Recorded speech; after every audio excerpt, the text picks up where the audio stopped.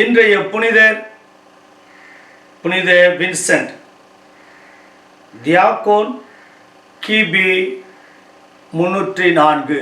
Spain இவரது தாய்நாடு. சரகோசாவில் இவர் வேத சாட்சியாக விண்ணகம் அடைந்த போது இவர் பட்ட பாடுகளை பற்றிய குறிப்புகள் தம்மிடம் இருந்தன என புனித அகஸ்டின் ஒரு மறையுரையில் குறிப்பிடுகிறார். சரகோசா நகரின் ஆயராக இருந்த வலேரியன் என்பவர் வின்சென்ட்டுக்கு தியாகோன் பட்டம் அளித்தார்.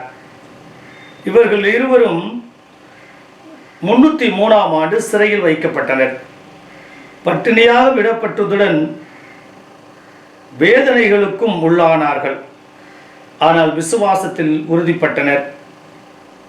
ஆயர் இதன் பின்னர் நாடு கடத்தப்பட்டார். தனிமையாக விடப்பட்ட வின்சென்ட் மீது தேசியன் மன்னன் புலியென பாய்ந்தான். அவரை கீழே கிடத்தி அவரது கை கால்களை பிணைத்திருந்த கயிறுக்குள் கம்பிகளை மாட்டி இழுத்தனர்.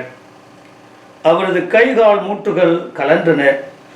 மிக கொடுமையாக அடித்து உடலை கிழித்தனர். இரத்தம் தரையில் ஓடியது. இரும்பு கட்டிலில் கிடத்தி அடியில் நெருப்பு மூட்டினர். வின்சென்ட் எதற்கும் அஞ்சவில்லை. தூய்மையற்ற சிறை அறையில் ஒன்றில் தூக்கி எறியப்பட்டார்.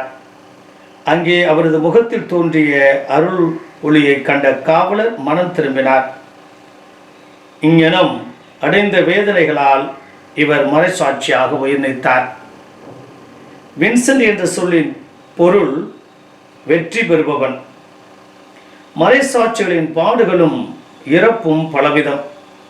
இவற்றின் இடையே இவர்கள் எல்லோரும் தம் விசுவாசத்தை காத்தார்கள். இதுவே நமக்கு பாடம். புனித வின்சென்ட்டை போல நாமும் வாழ இணைந்து ஜெபிப்போம்.